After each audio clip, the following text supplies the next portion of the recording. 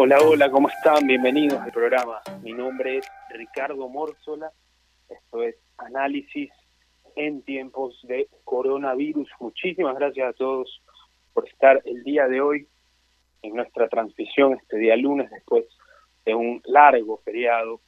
Agradecemos a todos por estar aquí, recordándoles que aparte de, como ustedes saben, este programa no solamente se puede escuchar en el dial 106.5 FM, sino también en www.marielatv.com, donde también podrán encontrar tanto en YouTube como en Spotify todas las entrevistas del programa ¿Qué pasa con Mariela?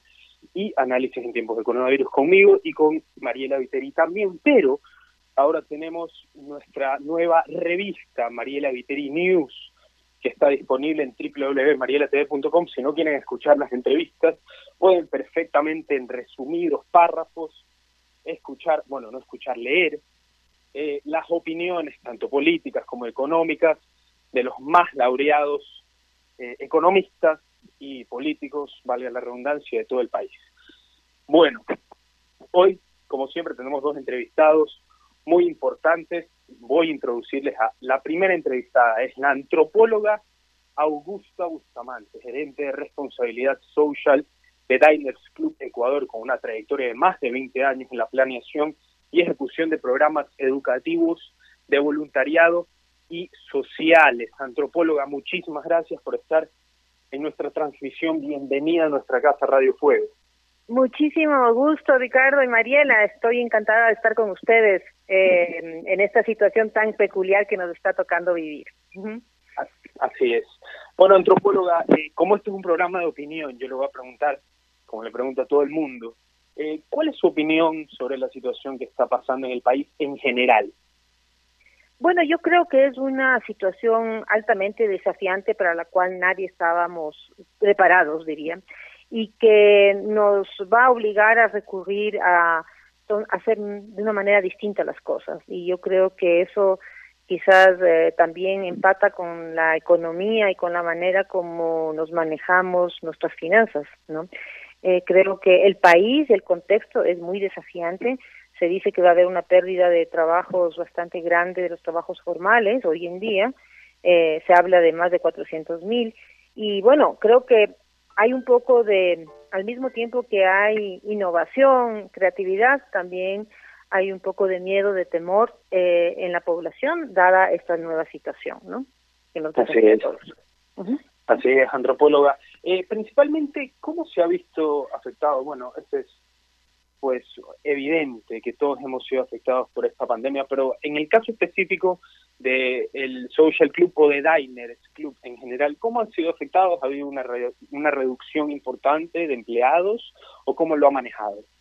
No, nosotros venimos operando normalmente, nosotros no hemos cerrado, los servicios al público siempre han seguido en línea, no han habido recortes, hemos procurado mantener, hay un importante grupo de personas que estamos haciendo teletrabajo y también innovando mucho porque, no sé si ustedes saben, Ricardo, pero nosotros nos definimos actualmente como una banca digital y al ser una banca digital, yo creo que es el mejor momento quizás de ponernos a prueba de que nuestros servicios y nuestros productos sean accesibles, ¿no?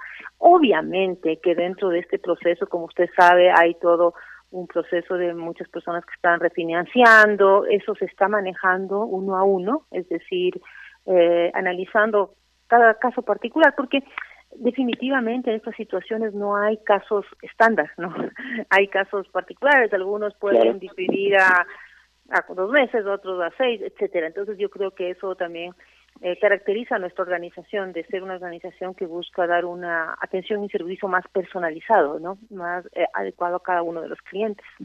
Así es, antropóloga. Antes de entrar al tema específico que les quiero preguntar, que son las finanzas personales en esta época de crisis, evidentemente, quiero preguntarle antes, ya en el ámbito de pensando qué es lo que puede pasar en el futuro, ¿usted cree que la banca digital se plasme definitivamente y la gente ya prácticamente asista a los bancos de manera digital y sea muy poco recurrente que la gente asista al banco personalmente, o usted cree que sí se va a mantener esa costumbre? Y además, sabiendo que en el banco hay cantidades de personas importantes cada vez que tienen que acercarse, pues entonces esto va a cambiar el mundo. Le pregunto, ¿usted cree que cambie mucho eso? Sabes que yo creo que, como dice el dicho, no hay bien mal que por bien no venga, ¿no? Y en este sentido yo creo que esta nueva situación nos ha llevado primero a descubrir que hay una serie de actividades que se pueden hacer online que no requieren la presencialidad. Y eso tiene no solamente un beneficio en tiempo de las personas, porque las personas hasta desplazarnos requiere todo un tiempo, ¿no es cierto? Si tú puedes evitar ese tiempo, a mí me parece que es fantástico. Y la otra cosa es también la huella de carbono que estamos generando en el entorno. Es decir, el uso cada vez más de vehículos, parqueaderos, transporte siempre nos está haciendo ver de alguna manera, obligadamente, que podemos hacer una serie de actividades de esta manera. Ahora, desde el punto de vista de usted sabe que nosotros como un medio de pago virtual estamos fomentando la reducción la ampliación de las transacciones virtuales y la reducción del uso de efectivo. Usted sabe que el efectivo en el Ecuador, yendo un poco al tema económico, tiene un costo altísimo para el país, porque al no ser un país emisor de moneda, sino que tenemos que importar los billetes, importar las monedas, nos sale muy costoso, ¿no? Entonces, Ecuador debería ser un país que impulse fuertemente el tema de la transaccionalidad general, la transaccionalidad por medios de pago virtuales. Ahora, mi criterio es de que siempre va a haber un grupo de personas y siempre va a haber una necesidad para ciertas transacciones de que deben ser presenciales. Transacciones, por ejemplo, en las cuales usted hace una inversión y requiere firmar un documento. También la normativa legal así lo exige, ¿no es cierto? Pero sobre todo nosotros lo que hemos visto que es que en el grupo etario mayor, la ida al banco es importante en la vida de las personas y muchas veces hay que tener esa disposición, esa apertura. Y también pensemos que hay ciertos niveles de alfabetización digital bastante limitados todavía en la población que requiere meterse un poco a probar y a ver que realmente sí es posible. En ese sentido me parece que esta situación ha sido positiva al mostrarnos esto, entonces sí creo que se va a ampliar mucho la cantidad de personas que estén que se conecten más virtualmente y que hagan transacciones virtuales. Tiene sus beneficios para el país esto también. ¿Usted cree que las personas tengan la facilidad de conectarse virtualmente significa que más personas van a acceder o van a tener, por así decirlo, movimientos empresariales, personales, económicos en las bancas? ¿O usted cree que se va a mantener el mismo algoritmo de cantidad de personas que recurren a las bancas, tanto digital como en persona? Yo creo que va a haber un aumento del uso de la banca digital, sí, por sobre la presencial, como producto de este proceso, sí. Sin embargo, eso tiene que necesariamente venir acompañado por el tema de la conectividad y por el tema de la profundización financiera. El concepto de profundización financiera es que usted sabe que hay un sector importante de la población que no tiene ningún tipo de producto en el sistema financiero formal. Y eso también es importante señalarlo, de que es un desafío para el país aumentar esa inclusión financiera. Normalmente las personas que están al margen del sistema formal son mucho más susceptibles de caer en problemas como los prestamistas informales, que finalmente es el chulco, y que financieramente para las poblaciones más pobres es algo altamente negativo, porque las tasas que se cobran son absolutamente informales. Entonces es muy peligroso eso. Mi llamado es de que es mucho mejor que se formalicen, ¿no? Ya sea con una cuenta de ahorros muy sencilla, que hoy en día hay muchas facilidades para abrirlas y que ya de por sí al tener una de estas cuentas uno puede transaccionar de esa manera. El desafío también viene con el tema de la conectividad. Si bien nosotros somos un país que a nivel de celulares estamos entre los más altos de América Latina, lo lamentable de eso es que muchos los celulares no son inteligentes, son analógicos, y muchas veces eso no permite hacer una transaccionalidad en línea. Sin embargo, me parece que cada vez más se va a ver la necesidad de cerrar la brecha digital que se llama, es decir, que las poblaciones también que están en la base de la pirámide puedan acceder a este tipo de servicios, porque de verdad que nos acerca mucho lo digital. O sea, es paradójico, esta situación nos aleja, pero también nos acerca en otros sentidos. y también permite que las personas de sectores súper alejados pudieran acceder. Esto va a depender mucho de las políticas próximas que tengan los gobiernos con respecto a la conectividad, y yo creo que es algo clave en el proceso de modernización de nuestro país. Definitivamente, antropóloga, pero me llama la atención que usted me haya dicho que la mayoría de los celulares que tiene la población ecuatoriana son celulares que no son inteligentes. Pero al menos, ¿cuál es la conclusión que yo saco de eso? Que a la gente le gusta la simplicidad. No estoy diciendo que seamos vagos en general, no me malentiendan, pero los celulares analógicos, los celulares no inteligentes son mucho más simples de manejar. Son celulares que, al menos cuando yo tuve uno, cuando era chiquito, lo cargué una vez en mi vida, como bajito. Entonces yo le pregunto, ante la complejidad de ciertas situaciones, y esto lo asocio con otra pregunta, ¿cómo debe manejar la gente que tiene la fortuna de tener una cuenta bancaria, al menos con un dinerito ahorrado? ¿Cuál es la mejor manera de ahora distribuir la finanza personal, o por así decirlo, cuidarla, o prosperar en ese ámbito? Porque el problema mayor, como sabemos, es de la economía. Hay gente que se queda sin empleo, hay gente que pues su empleo depende de que haga algún tipo de acción, por ende no la puede hacer, entonces está en paro, por así decirlo. ¿Cómo la gente debe manejar sus finanzas personales?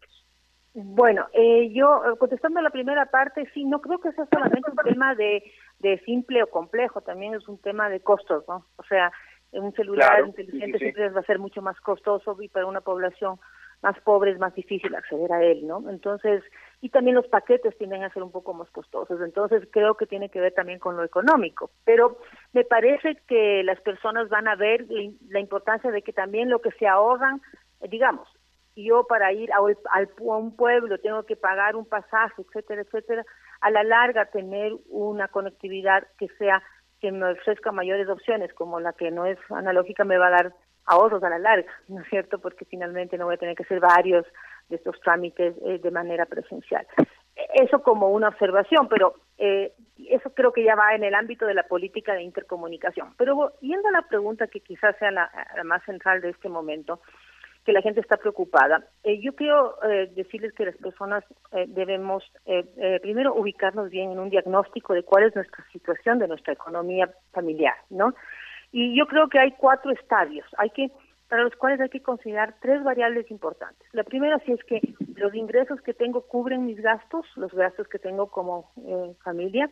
La segunda variable es si es que tengo ahorros o ahorro regularmente, si tengo el hábito de ahorros, y que la tercera variable es cómo estoy con respecto al endeudamiento. Si yo tengo si mis gastos están cubiertos, si ahorro con cierta regularidad, y si tengo o no tengo deudas prácticamente, estoy en unas finanzas totalmente sanas.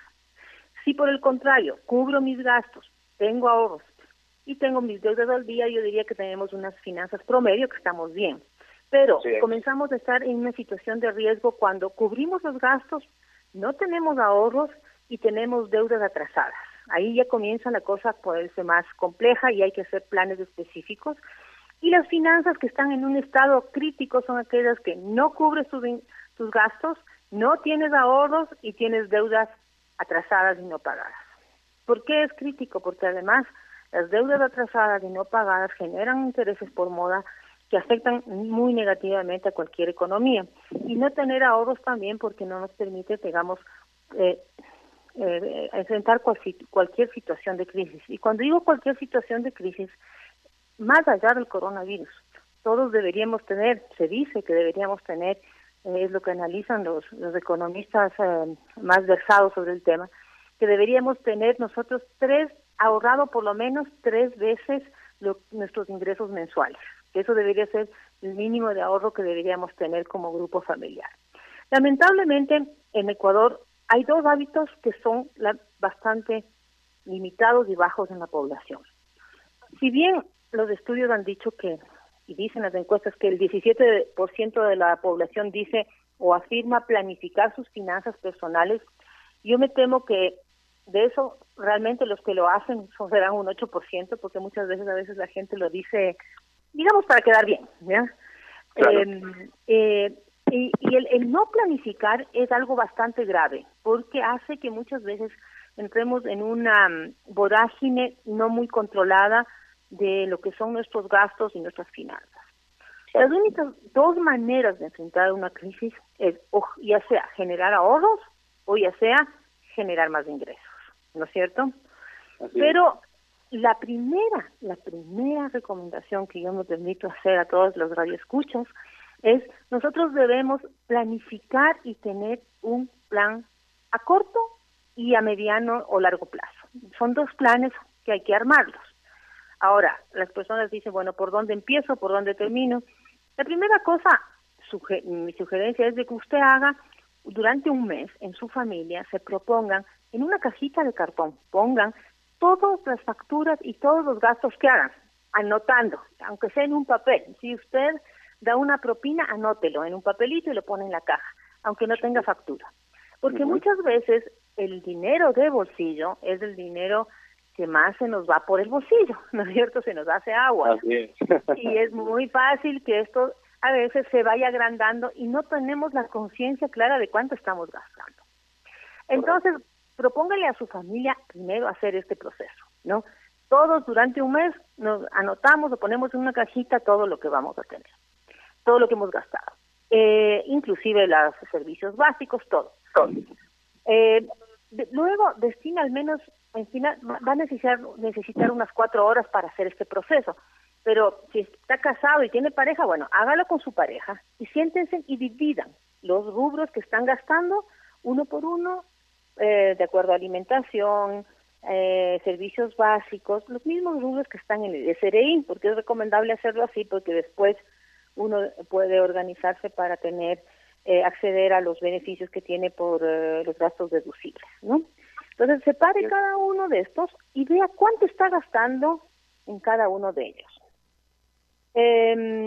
Previamente, haga un trabajo de sincerar sus ingresos. En la parte de los ingresos, considere sueldos, salarios, comisiones, arriendos que reciba, o si tiene, por ejemplo, un juicio de alimentos y usted recibe alguna pensión, o pensiones, lo que usted esté recibiendo como ingresos. En ese aspecto tiene que procurar ser muy conservador, porque normalmente tendemos a ser más optimistas con respecto a nuestros ingresos de lo que realmente son. Entonces, la recomendación es ser bastante conservador en los ingresos. Volvamos a los gastos. Tiene usted sus pontoncitos, ya sabe cuánto sume todo lo que tiene que ver con cada uno de ellos, incluido lo que es gastos de bolsillo, mesadas, ¿no es cierto? Eso tiene que separarse. Entonces, el primer análisis que usted va a hacer con su familia o su pareja es, a ver, este gasto en, digamos, vestimenta, para poner un ejemplo, ¿está mucho, está poco? ¿Podríamos limitarlo? Vaya analizando cada rubro y viendo si es que hay ahorros posibles que pudiera hacer. O simple y llanamente diga, a ver, no podemos estar gastando más del 7% de nuestros ingresos en vestimenta. Vamos a poner algo de vestimenta al mes, pero no va a ser todos los meses. Vamos a comprar cada 3 meses, ¿no es cierto? Y póngale a cada rubro un tope, ¿no? Un tope de gasto. Me voy a permitir poner a su disposición una plataforma para hacer todo este proceso de planeación que tenemos con simuladores y todo, que es una herramienta que creó Dainos, que se llama www.financialeducation.es, education con T, ¿no? Financialeducation.es. ¿En qué consiste la página web exactamente? Es una plataforma interactiva en la cual cada persona, cada familia puede crear su plan familiar, ya financiero. Es una herramienta totalmente gratuita, solamente tiene que ingresar y ahí puede armar todas estas, porque tiene las plantillas listas, ¿no? Entonces se le va a hacer súper fácil organizar su presupuesto familiar. No tiene que ser cliente de DAI. No tiene que ser cliente, es un aporte a la comunidad, ¿no? Entonces, con muchísimo gusto, cualquiera que quiera entrar y organizar y armar sus planes ahí, va a tener muchas herramientas para hacerlo, ¿ya? Porque recordemos que esto es lo que estamos haciendo solamente lo de corto plazo, ¿no? Pero usted va a tener también herramientas para simular, póngase usted el ahorro. Porque, ¿qué ocurre? El Ecuador también es un país que tiene un nivel de ahorros muy bajo. ¿no? Entonces, ¿qué ocurre? Cuando uno tiene niveles de ahorro muy bajo, el momento en que quiere adquirir un bien de mayor cuantía, ¿de qué estamos hablando? Casas, departamentos, quizás un vehículo, etcétera, tiene que endeudarse casi sobre el 100%, y eso hace que el costo del dinero sea mayor. Cuando usted vaya a tener o comprar un bien de esa magnitud, lo preferible es que usted haya tenido ahorrado por lo menos el 30%. ¿Sí? Eso le va a salir que realmente las cuotas van a ser más llevaderas de su deuda y va a tener también mejores opciones de crédito, es decir, que le otorguen el crédito que usted necesita. Correcto. Entonces, también con la misma tarjeta de crédito, la recomendación es, si usted, por ejemplo, hace gastos corrientes, ¿qué digo corrientes? Que todos los meses tiene que hacer, por ejemplo, agua, luz, teléfono, comida, alimentación, educación, la debe pagar al finalizar del mes para que no haya recargos de interés. No es recomendable que usted vaya a supermercado y haga las compras diferidas a 6 meses, porque con intereses, porque eso realmente le va a afectar a su economía, ¿no? Es mucho mejor que esos gastos se los pague a fin de mes sin recargos de interés. Pero lo que es obvio es que si usted quiere comprar algún bien de mayor cuantía, lo recomendable es que sí puede endeudarse, pero lo preferible es de que pueda poner una parte y no endeudarse en el 100%, ¿no? Entonces, esa sería una de las recomendaciones. Este ejercicio que yo le estoy proponiendo, Ricardo, la ventaja que tiene y que se ha descubierto es que solamente por el hecho de organizar las finanzas, de hacer el cuadro, de poner, usted sabe que se ha descubierto que las familias comienzan a ahorrar hasta el 30%. Correcto. ¿Ya? Entonces, eso es maravilloso, sobre todo cuando estamos en una economía difícil. Y hay mitos, por ejemplo, que se cree que, hay gente que me ha dicho a mí, yo gano el básico, entonces no tengo que planificar. Por el contrario, el que más limitaciones tiene, más tiene que planificar, más tiene que estar organizado, porque si no, no va a salir adelante. Entonces, es mucho, es al revés la reflexión que tenemos que hacer y que pensar. Porque finalmente, póngase usted a pensar, si usted le sobra el dinero, entre comillas, que no es el caso de la gran mayoría de los ecuatorianos. Definitivamente. Por último, si comete un error, no pasa nada. Pero si pero si usted tiene bajos recursos y no paga bien sus deudas y no y está siempre moroso, bueno, va a tener problemas después y le va a salir muy caro cualquier cosa, ¿no? Entonces, esa es una de las importantes recomendaciones. También creo que una vez hecho esto, usted va a hacer dentro de poner un tope, por ejemplo, va a poner un tope a las mesadas y también al gasto de bolsillo. Yo veo, por ejemplo, mucho que hay temas de que a veces las familias no tienen muy claro cuánto gastan en las salidas a comer afuera. No se trata de que usted suspenda la salida a comer afuera, sino simplemente que la organice y diga, bueno, tenemos para salir 2 veces o para salir una vez, o tú tienes para comer una vez, o en vez de comer fuera, si te vas a tu trabajo, llévate un lunch y vas a tener buenos ahorros, ¿no es cierto? Entonces, es esa planificación y tiene que ser consensuada con su familia, porque si no, puede ser que usted esté haciendo el ahorro y el otro no, y la cosa no funciona. Así es que lo importante es también tener mucha comunicación familiar para lograr esto. Definitivamente. Antropóloga, antes de terminar la entrevista, se nos está acabando el tiempo, lamentablemente, quiero hacerle la última pregunta. Usted tiene una trayectoria de más de 20 años en la planeación y ejecución de programas educativos de voluntariado y sociales en la ciudad de Guayaquil. Le pregunto, ¿qué programa social o de voluntariado debemos implementar en la ciudad en este momento, pues, de falta de liquidez, de extrema pobreza? ¿Qué se puede hacer, antropóloga? Mire, yo creo que nosotros tenemos que pensar de 2 maneras. La una es cómo ayudarnos a la emergencia inmediata. O sea, hay muchas fundaciones de gran prestigio que están ayudando a gente que está en una situación de altísima vulnerabilidad y que tiene problemas para comer. O sea, para empezar, los mismos migrantes que están en nuestro país que tienen una situación gravísima y también la gente propia de aquí, ¿no? Entonces yo creo que ayudar en este momento con temas alimenticios me parece que también es importante, pero creo que la ayuda a largo plazo, yo sugiero siempre que se metan más en programas que tiendan a ser más estructurales. Ya, cuando digo estructurales es, por ejemplo, y yo no me voy a poner a hacer, digamos, publicidad de una u otra fundación, pero sí le puedo decir que aquellas que están trabajando, por ejemplo, para fomentar el emprendimiento, uno de los casos, para ayudar a pymes, para ayudar a pequeños productores agrícolas, no regalándoles bienes, sino más bien ayudándoles a crear más capacidades para que ellos puedan tener su propio sustento en un plazo de mayor tiempo. Yo creo que eso tenemos que pensar. Muchas veces también hay, yo le digo, la iglesia, las iglesias, porque no solamente hay una, que tengan programas, como les digo, que ayuden a las personas no a depender de uno, sino a salir adelante a través de su economía y su trabajo. Porque obviamente nadie quiere tener un país de mendigos. Lo que queremos es tener un país donde la gente tenga un trabajo digno, del cual pueda vivir y ser más felices ellos y sus familias. Así es, antropóloga. Nos encantaría quedarnos muchísimo tiempo más con usted, lamentablemente. Muchas gracias.